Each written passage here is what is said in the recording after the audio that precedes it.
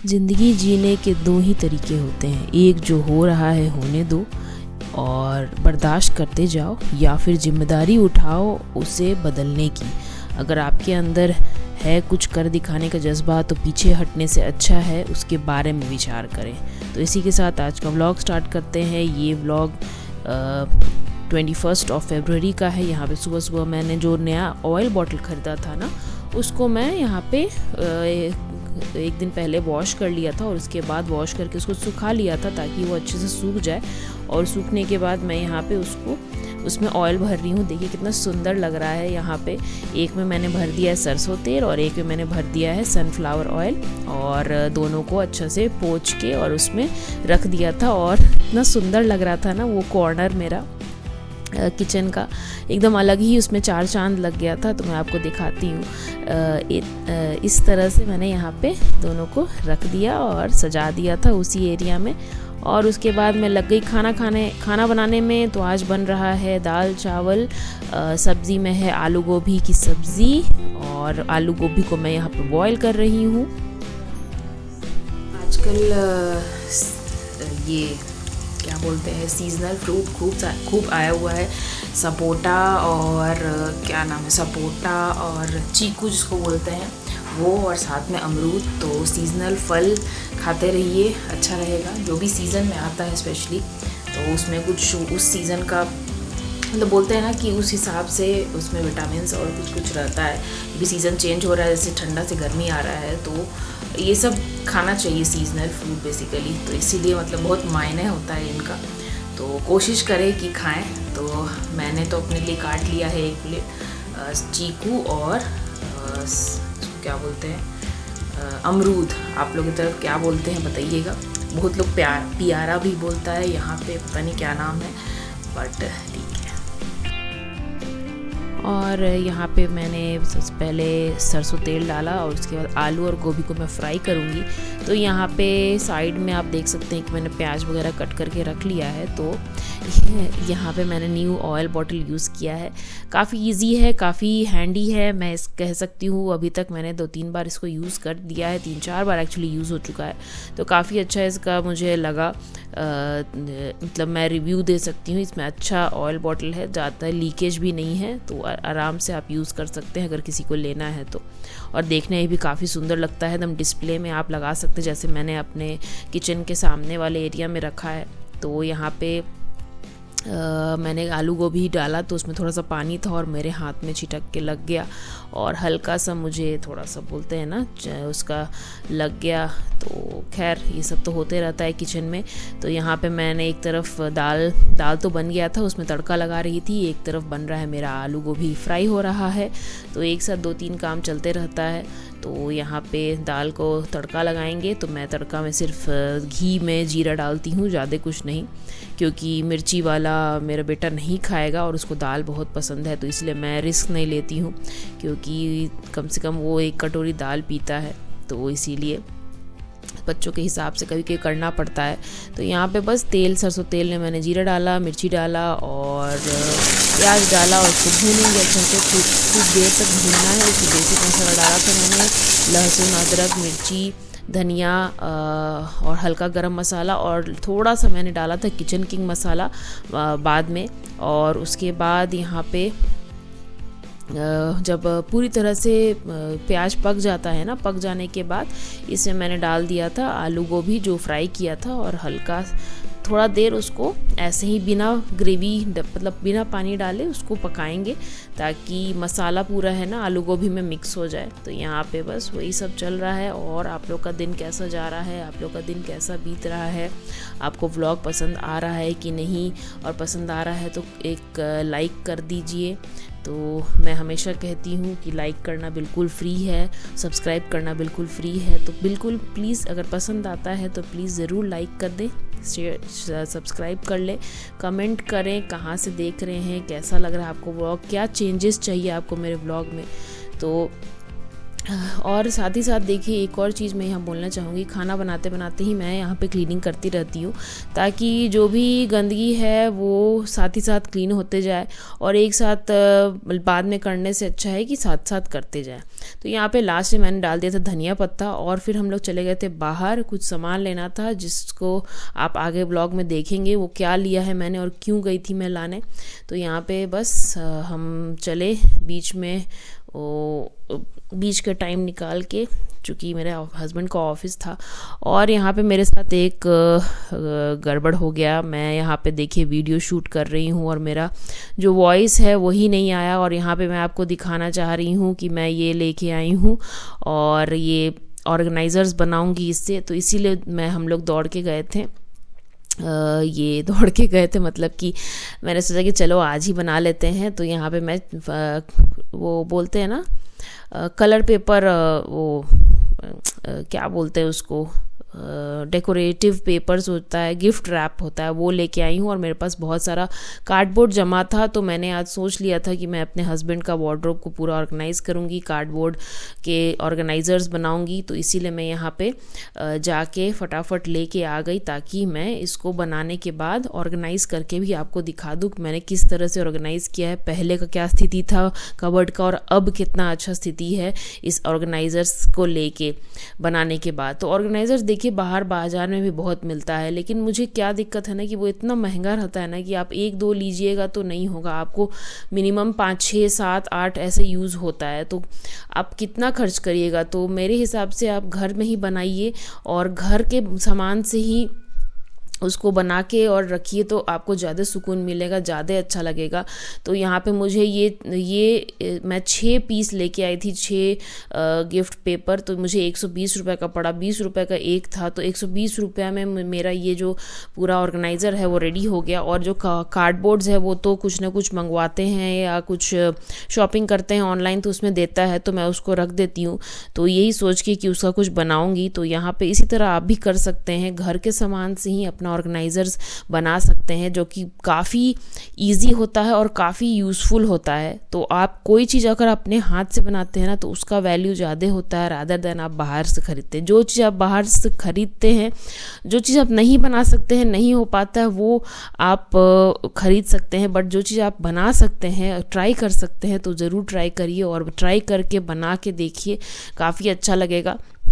तो यहाँ पे मैं वही बोल रही हूँ, और संयोगता ये मेरा व्लॉग मतलब ये वीडियो तो बन गया, बट इसका पता नहीं वॉइस में क्या हो गया, शायद माइक में कुछ गड़बड़ी हो गया था। खैर चलिए, मेरा कहने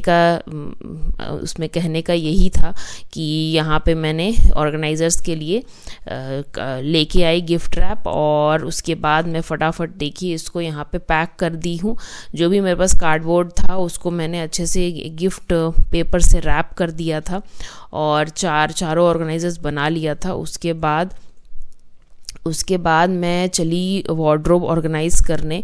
तो यहाँ पे इस तरह से मैं पहले पेपर लगा के सबको वो सजा दूंगी, ताकि सब एक, और हाँ जानबूझ के मैंने सब एक ही लिया है, ताकि एक रहने से ना यूनिफॉर्मिटी रहता है, सब एक दिखता है, और मतलब एक ऑर्गेनाइज्ड वाला फीलिंग आता है। मतलब आप एक साथ 3-4 डब्बा रखिएगा, सबका एक ही कलर है, तो वो ऐसा लगता है कि मतलब पूरा अच्छा दिखता है। आप अगर जब भी कबर्ड खोलिए, वार्डरोब खोलिए, तो आपको सारा कुछ एक तरह का दिखता है और एक तरह के डिब्बा में रहता है, तो आपको मतलब देखने में बहुत अच्छा लगता है, एक सिस्टमैटिक दिखता है।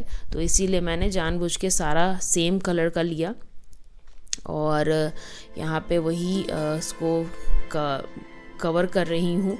तो ये सब काम आप जब भी आपको टाइम मिलता है आप ऑर्गेनाइजर्स बना के रख सकते हैं, ताकि आपको जब भी यूज़ हो तो आप उस तरह उसको यूज़ कर सकें। और ऑर्गेनाइजर्स तो कुछ ना कुछ यूज़ हो ही जाता है, तो इसीलिए कोशिश करती हूँ कि बना के रख दूँ जब भी फ्री टाइम मिलता है। तो यहाँ पे वही ऑर्गेनाइज़र ज़रूरी नहीं है कि आप कपड़ा के लिए यूज़ करिए, बहुत सारे चीज़ों के लिए यूज़ कर सकते हैं। छोटे मोटे सामान हैं जो इधर उधर गुम हो जाते हैं उनको रखने के लिए, तो या फिर बच्चों का कुछ टॉयज़ है उसको सरियाने के लिए, तो कुछ बहुत सारा तरीका है, बहुत सारा चीज़ है जिसको आप ऑर्गेनाइज़र्स बना के यूज़ कर सकते हैं।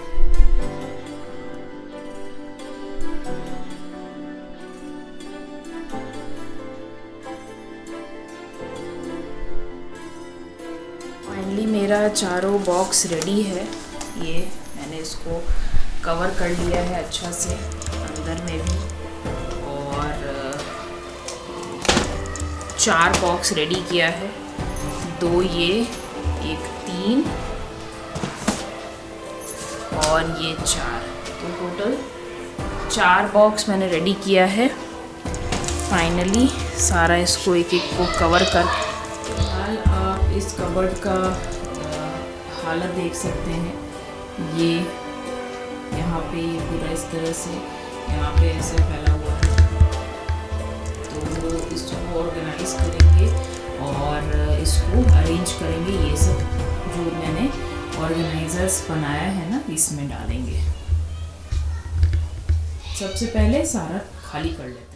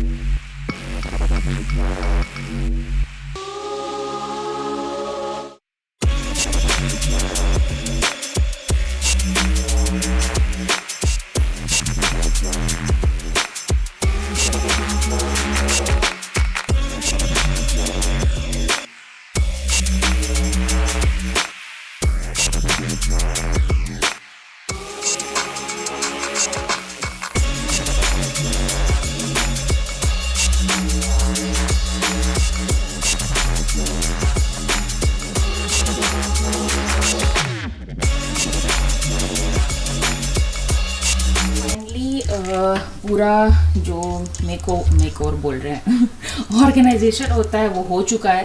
तो देखिए पहले कैसा लग रहा था और अब कैसा लग रहा है। तो यहाँ पे सारा बॉक्सेस किस में क्या है, कैसे सेग्रीगेट किया है, सब यहाँ पे रख दिया है।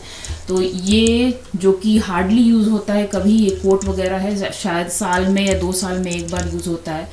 फिर ये है डेली का कपड़ा जो कि सबसे ज़्यादा यूज़ होता है, डेली बाहर जाने का कपड़ा। उसके बाद यहाँ पे है डेली का घर का पहनने का कपड़ा जो कि फर्स्ट सबसे ज़्यादा यूज़ होता है डेली का कपड़ा। यहाँ पे मैंने पूरा शर्ट, घर का पैंट और घर का टी शर्ट मेनली यहाँ पे रखा है ऊपर में, जो सबसे ज़्यादा हैंडी है। उसके बाद यहाँ पे है अंडरगारमेंट्स और यहाँ पे रुमाल, बेल्ट, और उधर है ये वाला पोर्शन है जिम का कपड़ा, जिम का सारा रिलेटेड कपड़ा। और यहाँ पे ये जो देख रहे हैं ये पोर्शन, ये है विंटर वेयर्स, क्योंकि थोड़ा एक्स्ट्रा विंटर वेयर्स था तो मैंने एक के ऊपर एक रख दिया है। बाकी तो ये इस तरह से ऑर्गेनाइज़ किया है। तो अभी फ़िलहाल इसको इसके ऊपर यहाँ पे ऐसे रख के, बट ये विंटर वेयर का एरिया है। और ये है शादी वगैरह में सूट वगैरह, कुर्ता वगैरह, पूजा के लिए ये सब पहनने का। और उसके ऊपर वहाँ पे एक एक्स्ट्रा तौलिया और एक एक्स्ट्रा जीन्स रखा है जो कि वॉश्ड है। तो बेसिकली ये इस तरह दिख रहा है, और पहले किस तरह दिख रहा था आप समझ सकते हैं। तो ये है पूरा लुक, और सब कुछ सेग्रीगेटेड है। बाहर का कपड़ा, घर का कपड़ा, जिम का कपड़ा, विंटर वेयर, शादी का कपड़ा मतलब एथनिक वेयर्स, अंडरगारमेंट्स, रुमाल, टाई भी ऊपर ही टांग दिया है, यहाँ बेल्ट, एक्स्ट्रा बेल्ट। तो ये फ़िलहाल फाइनली ये बहुत अच्छे से ऑर्गेनाइज हो गया है। और कुछ मुझे एक्स्ट्रा बॉक्सेस यूज़ करना पड़ा जो कि कवर्ड नहीं है, कभी मौका मिलेगा तो उसको भी कवर कर दूंगी ताकि सब एक बराबर दिखे। तो देखिए इस तरह से सब रखने से इतना स्पेस खाली मिल रहा है मुझे। यहाँ पे ये स्पेस खाली है, ऊपर भी काफ़ी स्पेस खाली है, तो और भी कुछ रख सकते हैं। तो इस तरह से बॉक्सेस में रखने का यही कारण है कि बहुत ज़्यादा स्पेस मिल जाता है और देखने में भी अच्छा लगता है। तो कुछ ज़रूरत है तो पूरा बॉक्स उठा के आप यूज़ कर सकते हैं, निकाल सकते हैं। तो पूरा एक मैंने यहाँ पे एक गंजी मतलब टी शर्ट होता है इस तरह से कवर किया है। ये देखिए ये एक जो पहनना है वो यहाँ से निकल जाएगा और उसको वो पूरा ये इंटैक्ट रहेगा। तो जैसे ये पहनना है तो ये निकालेंगे, ये पहनना है तो ये निकालेंगे, इधर से ये पहनना है तो ये निकालेंगे। तो ये बहुत बड़ा चीज़ एक हो गया है और देखने में भी कितना अच्छा लग रहा है। पूरा नीचे वाला सेक्शन नहीं किया है, वो बेसिकली कुछ पुराना सामान है, वो बाद में करूँगी। ये कबर्ड भी मेरा नहीं है तो इसलिए मैं उसको नहीं छूँगी। जो मुझे करना था वो मैंने कर दिया है और आप देख सकते हैं ये कैसा लग रहा है बिफ़ोर और आफ्टर का पूरा। तो चलिए अगर पसंद आता है तो प्लीज़ लाइक करें और कमेंट करें, और ऑर्गेनाइज़र्स कैसा लगा आपको, कितना आसान है बनाना, ज़रूर बताइएगा।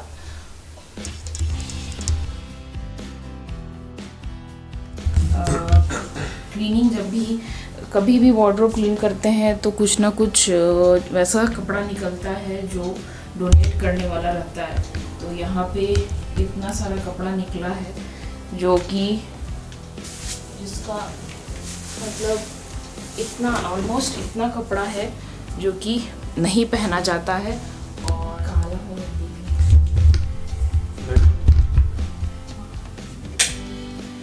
ये देखिए, अब देखिए कि ये इतना कपड़ा निकला है ये देने के लिए।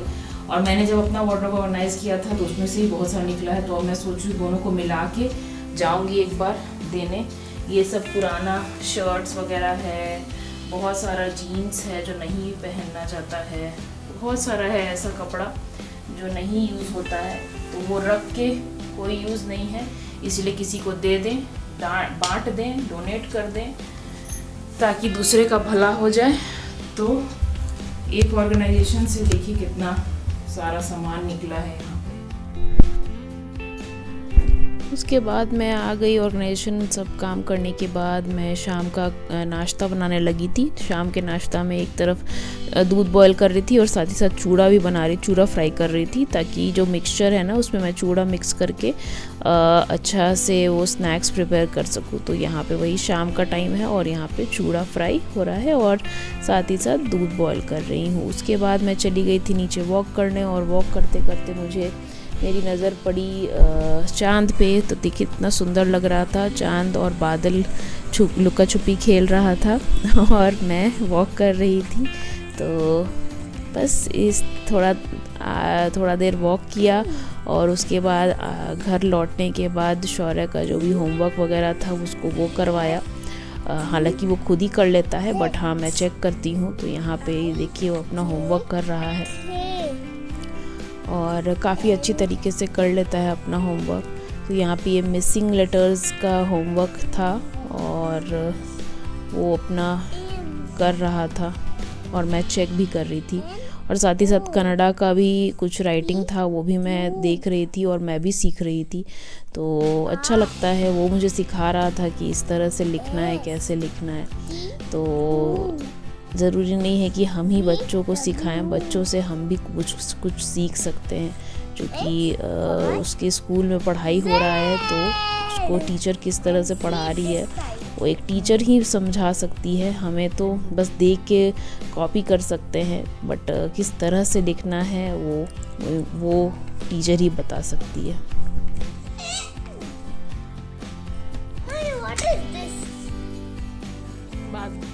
तो आज के खाने में मैंने ये बनाया है टमाटर का चटनी।